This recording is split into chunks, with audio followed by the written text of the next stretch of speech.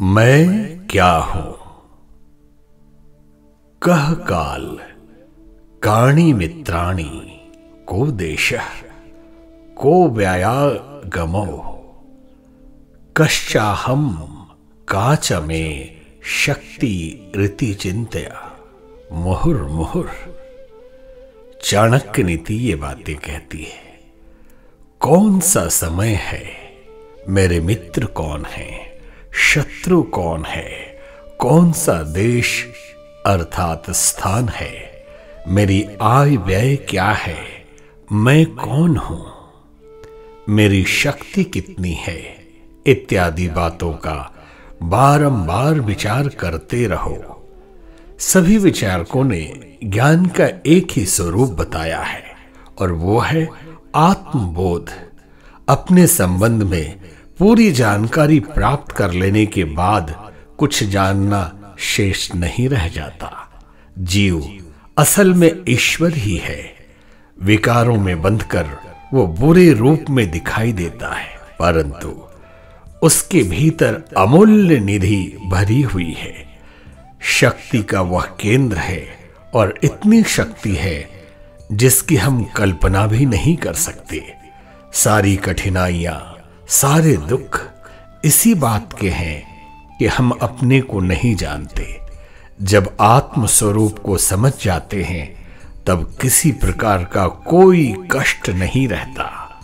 आत्म स्वरूप का अनुभव करने पर वह कहता है, ना हम जातो जन्म मृत्यु कुतो में, ना हम प्राणः क्षुत् पिपासा कुतो में, ना हम चित्तम शोक मोह कुतो में, ना हम कर्ता बंध मोक्ष कुतो में। मैं उत्पन्न नहीं हुआ हूं, फिर मेरा जन्म मृत्यु कैसे? मैं प्राण नहीं हूं, फिर भूख प्यास मुझे कैसी? मैं चित्त नहीं हूं, फिर मुझे शोक मोह कैसे? मैं कर्ता नहीं हूं, फिर मेरा बंध मोक्ष कैसे? जब वह समझ जाता है कि मैं क्या हूं, तब उसे वास्तविक ज्ञान हो जाता है और सब पदार्थों का रूप ठीक से देखकर उसका उचित उपयोग कर सकता है। चाहे किसी दृष्टि से देखा जाए, आत्मज्ञान ही सर्व सुलभ और सर्वोच्च ज्ञान है। किसी व्यक्ति से पूछा जाए कि आप कौन हैं, तो वह अपने वर्ण, कुल, व्यवसाय, पद या संप्रदाय का परिचय देगा। मैं ब्राह्मण हूं, अग्रवाल हूं, बजाज हूं, तहसीलदार हूं, वैष्णव हूं, आदि आदि।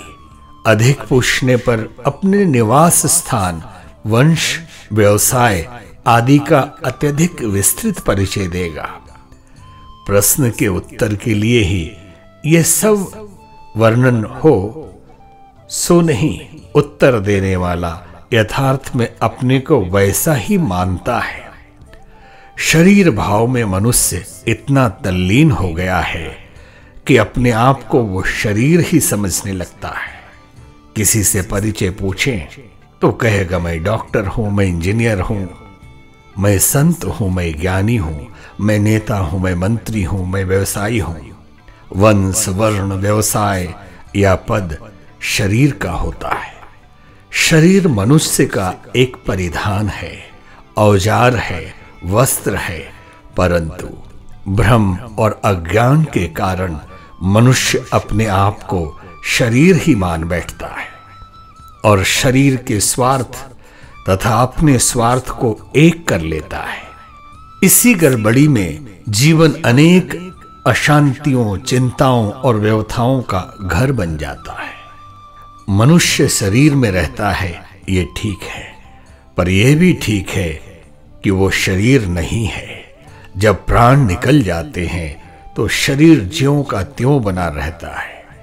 उसमें से कोई वस्तु घटती नहीं, तो भी वो मृत शरीर बेकार हो जाता है। उसे थोड़ी देर रखा रहने दिया जाए तो लाश सड़ने लगती है, दुर्गंध उत्पन्न होती है और कृमि पड़ जाते हैं। देह वही है, ज्यों की त्यों, पर प्राण निकलते ही उसकी दुर्दशा होने लगती है। इससे प्रकट है कि मनुष्य शरीर में निवास तो करता है, पर वस्तुतः वो शरीर से भिन्न है। इस भिन्न सत्ता को आत्मा कहते हैं। वास्तव में यही मनुष्य है। मैं क्या हूं? इसका सही उत्तर यह है कि मैं अजर, अविनाशी, शाश्वत, सनातन आत्मा हूं। शरीर और आत्मा की पृथकता की बात हम सब लोगों ने सुन रखी है। सिद्धांतः हम सब उसे मानते भी हैं। शायद कोई ऐसा विरोध करे कि देह से जीव पृथक नहीं है। इस पृथकता की मान्यता सिद्धांत रूप से जैसे सर्वसाधारण को स्वीकार है, वैसे ही व्यवहार में सभी लोग उसे अस्वीकार करते हैं। लोगों के व्यवहार ऐसे होते हैं मानो वे वस्तुतः शरीर ही है। शरीर के हानि लाभ ही उनके हानि लाभ हैं। किसी व्यक्ति को बारीकी के साथ निरीक्षण किया जाए तो देखा जाए कि वो क्या सोचता है, क्या कहता है और क्या करता है, तो पता चलेगा कि वो शरीर के बारे में सोचता है, उसी के संबंध में संभाषण करता है और जो कुछ करता है शरीर के लिए ही करता है। शरीर को ही उसने मैं मान रखा है। शरीर आत्मा का मंदिर है। उसकी स्वच्छता, स्वस्थता और सुविधा के लिए कार्य करना उचित एवं आवश्यक भी है, परंतु यह अहितकर है कि केवल मात्र शरीर के ही बारे में सोचा जाए, उसे अपना स्वरूप मान लिया जाए और अपने वास्तविक स्वरूप को भुला दिया जाए। अपने आप को शरीर मान लेने के कारण शरीर के हानि लाभों को भी अपने हानि लाभ मान लेता है और अपने वास्तविक हितों को भूल जाता है। ये भूल भुलैया का खेल जीवन को बड़ा कर्कश और नीरस बना देता है। आत्मा शरीर से पृथक है। शरीर और आत्मा के स्वार्थ भी पृथक हैं। शरीर के स्वार्थों का प्रतिनिधित्व इंद्रियां करती हैं। 10 इंद्रियां और 11वां मन, ये सदा ही शारीरिक दृष्टिकोण से सोचते और कार्य करते हैं। स्वादिष्ट भोजन, बढ़िया वस्त्र, सुंदर सुंदर मनोहर दृश्य, मधुर श्रवण, रूपवती स्त्री, नाना प्रकार के भोग विलास, ये इंद्रिय की आकांक्षा है। ऊंचा पद, विपुल धन, दूर दूर तक यश, रौब दाव, यह सब मन की आकांक्षाएं हैं। इन्हीं इच्छाओं को तृप्त करने में प्रायः सारा जीवन लगता है। जब ये इच्छाएं अधिक उग्र हो जाती हैं तो मनुष्य उनकी किसी भी प्रकार से तृप्ति करने की ठान लेता है और उचित अनुचित का विचार छोड़कर जैसे भी बने वैसे स्वार्थ साधने की नीति पर उतर आता है। यही समस्त पापों का मूल केंद्र बिंदु है। शरीर भाव से जागृत रहने वाला मनुष्य यदि आहार, निद्रा, भय, मैथुन के साधारण कार्यक्रम पर चलता रहे तो भी उस पशुवत जीवन में निरर्थकता ही है, सार्थकता कुछ नहीं। यदि उसकी इच्छाएं जरा अधिक उग्र या आतुर हो जाए तब तो समझिए कि यह पूरा पाप पुंज शैतान ही बन जाता है। अनीतिपूर्वक स्वार्थ साधने में उसे कुछ भी हिचक नहीं होती। इस दृष्टिकोण के व्यक्ति न तो स्वयं सुखी रहते हैं और न दूसरों को सुखी रहने देते हैं। काम और लोभ ऐसे तत्व हैं कि कितना ही अधिक से अधिक भोग मिले न मिले तो तृप्ति नहीं होती। जितना भी मिलता है उतनी ही तृष्णा के साथ साथ अशांति, चिंता, कामना तथा व्याकुलता भी दिन दुनी और रात चौगुनी बढ़ती जाती है। इन भोगों में कितना सुख मिलता है, उससे अनेक गुना दुख भी साथ ही साथ उत्पन्न होता चलता है। इस प्रकार शरीर भावी दृष्टिकोण मनुष्य को पाप, ताप, तृष्णा तथा अशांति की ओर घसीटे ले जाता है। जीवन की वास्तविक सफलता और समृद्धि आत्मभाव में जागृत रहने में है। जब मनुष्य अपने को आत्मा अनुभव करने लगता है तो उसकी इच्छा, आकांक्षा और अभिरुचि उन्हीं कामों की ओर मुड़ जाती है जिनसे आध्यात्मिक सुख मिलता है। हम देखते हैं कि चोरी, हिंसा, अभिचार, छल एवं अनीति भरे दुष्कर्म करते हुए अंतःकरण में एक प्रकार का कोलाहल मच जाता है। पाप करते हुए पांव कांपते हैं और कलेजा धड़कता है। इसका तात्पर्य यह है कि इन कामों को आत्मा नापसंद करती है। यह उसकी रुचि एवं स्वार्थ के विपरीत है। किंतु जब मनुष्य परोपकार, परमार्थ, सेवा, सहायता, दान, उदारता, त्याग, तप से भरे हुए पुण्य कर्म करता है तो हृदय के भीतर कोने में बड़ा ही संतोष, हल्कापन, आनंद एवं उल्लास उठता है।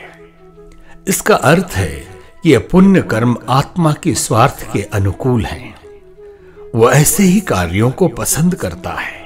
आत्मा की आवाज सुनने वाले और उसी की आवाज पर चलने वाले सदा पुण्य कर्मी होते हैं। पाप की ओर उनकी प्रवृत्ति ही नहीं होती, इसलिए वैसे काम उनसे बन ही नहीं पड़ते। आत्मा को तत्कालीन सुख सत्कर्मों में आता है।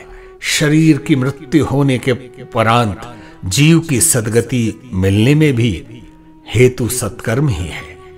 लोक और परलोक में आत्मिक सुख शांति सत्कर्मों के ऊपर ही निर्भर है। इसलिए आत्मा का स्वार्थ पुण्य प्रयोजन में है। शरीर का स्वार्थ उसके विपरीत है। इंद्रियां और मन संसार के भोगों को अधिकाधिक मात्रा में चाहते हैं। इस कार्य प्रणाली को अपनाने से मनुष्य नाशवान शरीर की इच्छाएं पूर्ण करने में जीवन को खर्च करता है और पापों का भार इकट्ठा करता रहता है। इससे शरीर और मन का अभिरंजन तो होता है, पर आत्मा को इस लोक और परलोक में कष्ट उठाना पड़ता है। आत्मा के स्वार्थ के सत्कर्मों में शरीर को भी कठिनाइयां उठानी पड़ती है। तप, त्याग, संयम, ब्रह्मचर्य, सेवा, दान आदि के कार्यों में शरीर को कसा जाता है, तभी ये सत्कर्म सधते हैं। इस प्रकार हम देखते हैं कि शरीर का स्वार्थ और आत्मा का स्वार्थ आपस में मेल नहीं खाता। एक के सुख में दूसरे का दुख होता है। दोनों के स्वार्थ आपस में एक दूसरे के विरोधी हैं। इन दो विरोधी तत्वों में से हमें एक को चुनना होता है।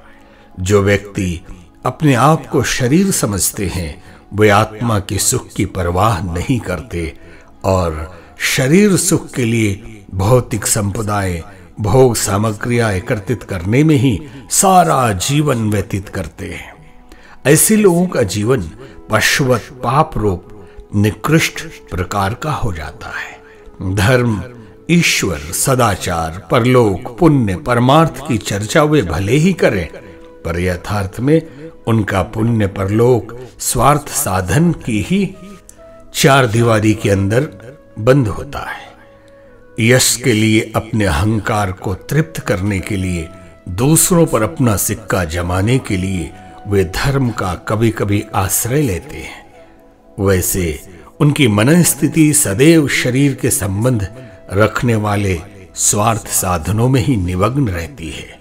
परंतु जब मनुष्य आत्मा के स्वार्थ को स्वीकार कर लेता है तो उसकी अवस्था विलक्षण एवं विपरीत हो जाती है। भोग एवं ऐश्वर्य के प्रयत्न उसे बालकों की खिलवाड़ जैसे प्रतीत होते हैं। शरीर जो वास्तव में आत्मा का एक वस्त्र या औजार मात्र है, इतना महत्वपूर्ण उसे दृष्टिगोचर नहीं होता कि उसी के ऐश आराम में जीवन जैसे बहुमूल्य तत्व को बर्बाद कर दिया जाए। आत्म भाव में जगा हुआ मनुष्य अपने आप को आत्मा मानता है और आत्म कल्याण के, आत्म सुख के कार्यों में ही अभिरुचि रखता तथा प्रयत्नशील रहता है, उसे धर्म संचय के कार्यों में अपने समय को एक एक घड़ी लगाने की लगन लगी रहती है। इस प्रकार शरीर भावी व्यक्ति का जीवन पाप की ओर, पशुत्व की ओर चलता है और आत्मभावी व्यक्ति का जीवन प्रवाह पुण्य की ओर, देवत्व की ओर प्रवाहित होता है। यह सर्वविदित है कि इस लोक और परलोक में पाप का परिणाम दुखदाई और पुण्य का परिणाम सुखदाई होता है। अपने को आत्मा समझने वाले व्यक्ति सदा आनंदमयी स्थिति का रसास्वादन करते हैं। जिसे आत्मज्ञान हो जाता है वो छोटी घटनाओं से अत्यधिक प्रभावित, उत्तेजित या अशांत नहीं होता। लाभ हानि, जीवन मरण, विरह विक्षोभ, मान अपमान, क्रोध, लोभ, काम, भोग, राग, द्वेष की कोई घटना उसे अत्यधिक क्षुभित नहीं करती, क्योंकि वो जानता है कि यह सब परिवर्तनशील संसार में नित्य का स्वाभाविक क्रम है। मनोवांछित वस्तु या स्थिति सदा प्राप्त नहीं होती। काल चक्र के परिवर्तन के साथ साथ अनिच्छित घटनाएं भी घटित होती रहती हैं। इसलिए इन परिवर्तनों को एक मनोरंजन की तरह, नाट्य रंगमंच की तरह, कौतूहल और विनोद की तरह देखता है। किसी अनिश्चित स्थिति को सामने आया देखकर वो बेचैन नहीं होता। आत्मज्ञानी उन मानसिक कष्टों से सहज ही बच जाता है जिसमें से शरीर भावी लोग सदा व्यथित और बेचैन रहते हैं और कभी कभी तो अधिक उत्तेजित होकर आत्महत्या जैसे दुखद परिणाम उपस्थित कर लेते हैं। जीवन को शुद्ध, सरल, स्वाभाविक एवं पुण्य प्रतिष्ठा से भरा पूरा बनाने का राजमार्ग यह है कि हम अपने आप को शरीर भाव से ऊंचा उठाएं और आत्म भाव में जागृत रहें। इससे सच्चा सुख, शांति और जीवन लक्ष्य की प्राप्ति होती है। आत्मविद्या के आचार्यों ने इस तथ्य को भली प्रकार अनुभव किया है और अपनी साधनाओं में सर्वप्रथम स्थान आत्मज्ञान को दिया है। मैं क्या हूं? इस प्रश्न पर विचार करने पर यही निष्कर्ष निकलता है कि मैं आत्मा हूं। यह भाव जितना भी सुदृढ़ होता जाता है उतने ही उसके विचार और कार्य आध्यात्मिक एवं पुण्य रूप होते जाते हैं। इसमें ऐसी साधनाएं निहित हैं जिनके द्वारा हम अपने आत्म रूप को पहचाने और हृदयंगम करें। आत्मज्ञान को जाने पर वो सच्चा मार्ग मिलता है जिस पर चलकर हम जीवन लक्ष्य को, परम पद को आसानी से प्राप्त कर सकते हैं। आत्म स्वरूप को पहचानने से मनुष्य समझ जाता है कि मैं स्थूल शरीर एवं सूक्ष्म शरीर नहीं हूं। ये मेरे कपड़े हैं, मानसिक चेतनाएं भी मेरे उपकरण मात्र हैं। इनसे मैं बंधा हुआ नहीं हूं। ठीक बात को समझते ही सारा भ्रम दूर हो जाता है और बंदर की मुट्ठी का अनाज छोड़ देता है। आपने ये किस्सा सुना होगा कि एक छोटे मुंह के बर्तन में अनाज जमा था। बंदर ने उसे लेने के लिए हाथ डाला और मुट्ठी में भरकर अनाज निकालना चाहता था। छोटा मुंह होने के कारण वो निकल न सका। बेचारा पड़ा पड़ा चीखता रहा, क्योंकि उसने अनाज मुट्ठी में भरकर मुट्ठी बंद कर ली थी और उस बर्तन का मुंह छोटा था। अनाज ने मेरा हाथ पकड़ लिया, पर ज्यों ही उसे असलियत का बोध हुआ कि मैंने ही मुट्ठी बांध रखी है, इसे छोड़ो तो सही। जैसे ही उसने छोड़ा कि अनाज ने बंदर को छोड़ दिया। काम, क्रोध आदि हमें इसी तरह सताते हैं। उनकी दास्तां हम स्वीकार करते हैं। जिस दिन हम विद्रोह का झंडा खड़ा कर देंगे, भ्रम अपने बिल में धस जाएगा। भेड़ों में पला हुआ शेर का बच्चा अपने को भेड़ समझता था, परंतु जब उसने पानी में अपनी तस्वीर देखी तो पाया कि मैं भेड़ नहीं शेर हूं। आत्मस्वरूप का बोध होते ही उसका सारा भेड़पन क्षण मात्र में चला गया। आत्मदर्शन की महिमा ऐसी ही है, जिसने इसे जाना उसने उस सब दुख दरिद्रता से छुटकारा पा लिया जिनके मारे वह हर घड़ी हाय हाय किया करता था। जानने योग्य इस संसार में अनेक वस्तुएं हैं, पर उन सब में प्रधान अपने आप को जानना है। जिसने अपने आप को जान लिया उसने जीवन का रहस्य समझ लिया। भौतिक विज्ञान के अन्वेषकों ने अनेक आश्चर्यजनक आविष्कार किए हैं। प्रकृति के अंतराल में छिपी हुई विद्युत शक्ति, इथर शक्ति, परमाणु शक्ति आदि को ढूंढ निकाला है। अध्यात्म जगत के महान अन्वेषकों ने जीवन सिंधु का मंथन करके आत्मा रूपी अमृत उपलब्ध किया है। इस आत्मा को जानने वाला सच्चा ज्ञानी हो जाता है और इसे प्राप्त करने वाला विश्व विजयी मायातीत कहा जाता है। इसलिए हर व्यक्ति का कर्तव्य है कि वह अपने आप को जाने, मैं क्या हूं। इस प्रश्न को अपने आप से पूछे और विचार, चिंतन तथा मनन पूर्वक उसका सही उत्तर प्राप्त करे। अपना ठीक रूप मालूम हो जाने पर हम अपने वास्तविक हित अहित को समझ सकते हैं। विषयानुरागी अवस्था में जीव जिन बातों को लाभदायक समझता है, उसके लिए लालायित रहता है, वे लाभ आत्मानुरक्त होने पर तुच्छ एवं हानिकारक प्रतीत होने लगते हैं। और माया लिप्त जीव जिन बातों से दूर भागता है, उसमें आत्मपरायण का रस आने लगता है। आत्म साधन के पथ पर अग्रसर होने वाले पथिक की भीतरी आंखें खुल जाती हैं और वो जीवन के महत्वपूर्ण रहस्य को समझकर शाश्वत सत्य की ओर तेजी से कदम बढ़ाता चला जाता है। अनेक साधक आध्यात्म पद पर बढ़ने का प्रयत्न करते हैं, पर उन्हें केवल एकांकी और आंशिक साधना करने के तरीके ही बताए जाते हैं।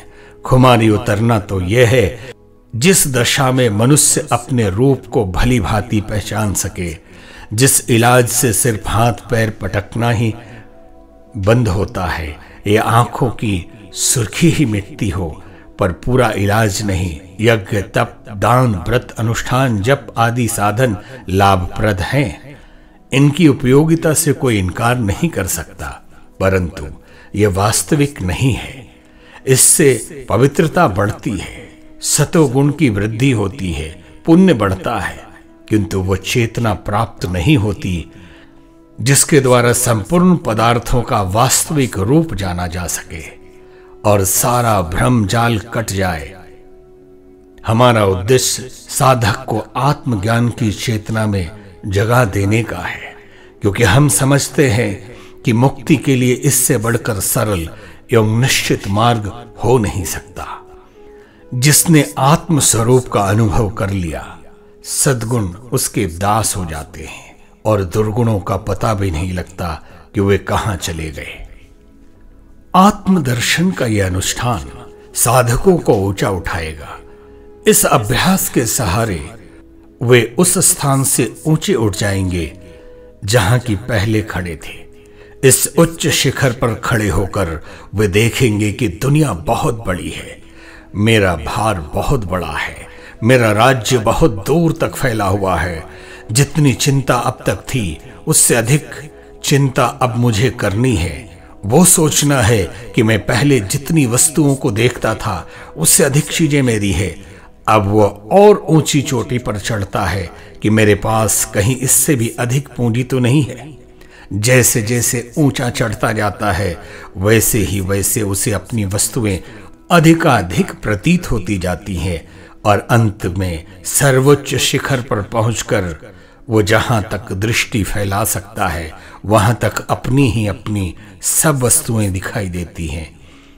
अब तक उसे एक बहन, दो भाई, माँ बाप, दो घोड़े, 10 नौकर, 2 गाड़ी की चिंता थी। अब उसे हजारों गुने प्राणियों के पालने की चिंता होती है।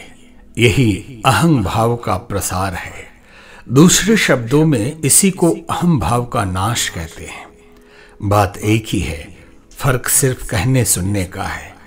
रबड़ के गुब्बारे जिनमें हवा भरकर बच्चे खेलते हैं, आपने देखे होंगे। उनमें से एक लो और उसमें हवा भरो, जितनी हवा भरती जाएगी उतना ही वह बढ़ता जाएगा और फटने से अधिक निकट पहुंचता जाएगा। कुछ ही देर में उसमें इतनी हवा भर जाएगी कि वो गुब्बारे को फाड़कर अपने विराट रूप प्रकाश के रूप में भरे हुए महान वायु तत्व में मिल जाए। यही आत्मदर्शन की प्रणाली है। आपको यहां बताया जाएगा आत्म स्वरूप को कैसे जाने और कैसे विस्तार दें। बस इतने से ही सूत्र में वो सब महान विज्ञान भरा हुआ है जिसके आधार पर विभिन्न आध्यात्म पथ बनाए गए हैं। वे सब इस सूत्र के बीज रूप में मौजूद हैं, जो किसी भी सच्ची साधना से कहीं भी और किसी भी प्रकार हो सकते हैं। आत्मा के वास्तविक स्वरूप को एक ही बार झांकी कर लेने वाला साधक फिर पीछे नहीं लौट सकता। प्यास के मारे जिसके प्राण सूख रहे हैं, ऐसा व्यक्ति सुरसरी गंगा का शीतल जल छोड़कर रेगिस्तान में लौटने की इच्छा नहीं करेगा। जहां प्यास के मारे क्षण क्षण पर मृत्यु समान असहनीय वेदना अब तक अनुभव करता रहा, भगवान कहते हैं यद गत्वा न निवर्तते तद्वाम परमम मम।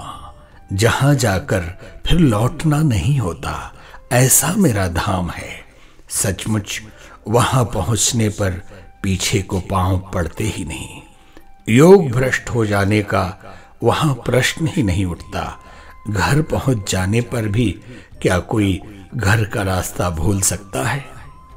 काम, क्रोध, लोभ, मोह आदि विकार और इंद्रिय वासनाएं मनुष्य के आनंद में बाधक बनकर उसे दुख जाल में डालते हैं। पाप और बंधन ही यह मूल है। पतन इन्हीं के द्वारा होता है और क्रमशः नीच श्रेणी में इनके द्वारा जीव घसीटता चला जाता है। विभिन्न आध्यात्म पथों की विराट साधनाएं इन्हीं दुष्ट शत्रुओं को पराजित करने के चक्रव्यूह हैं। अर्जुन रूपी मन को इसी महाभारत में प्रवृत्त होने का भगवान उपदेश देते हैं। आगे आपको आत्मदर्शन के लिए सरल साधनों को बताया जाएगा। उनकी साधना करने से हम उस स्थान तक ऊंचे उठ सकते हैं जहां सांसारिक प्रवृत्तियों की पहुंच नहीं हो सकती। जब बुराई न रहेगी तो जो शेष रह जाए वो भलाई ही तो है। इस प्रकार आत्मदर्शन का स्वाभाविक फल दैवी संपत्ति को प्राप्त करता है।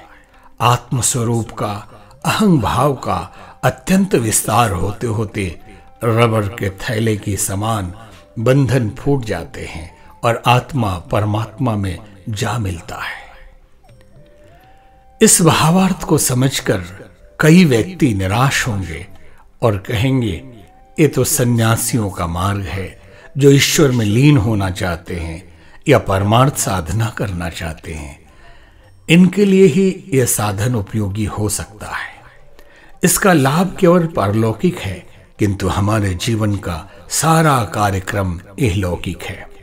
हमारा जो दैहिक कार्यक्रम व्यवसाय, नौकरी, ज्ञान संपादन, द्रव्य उपार्जन, मनोरंजन आदि है, उसमें से थोड़ा समय पारलौकिक कार्यों के लिए निकाल सकते हैं, परंतु अधिकांश दिनचर्या हमारी सांसारिक कार्यों में निहित है। इसलिए अपने अधिकांश जीवन के कार्यक्रम में हम इसका क्या लाभ उठा सकते हैं?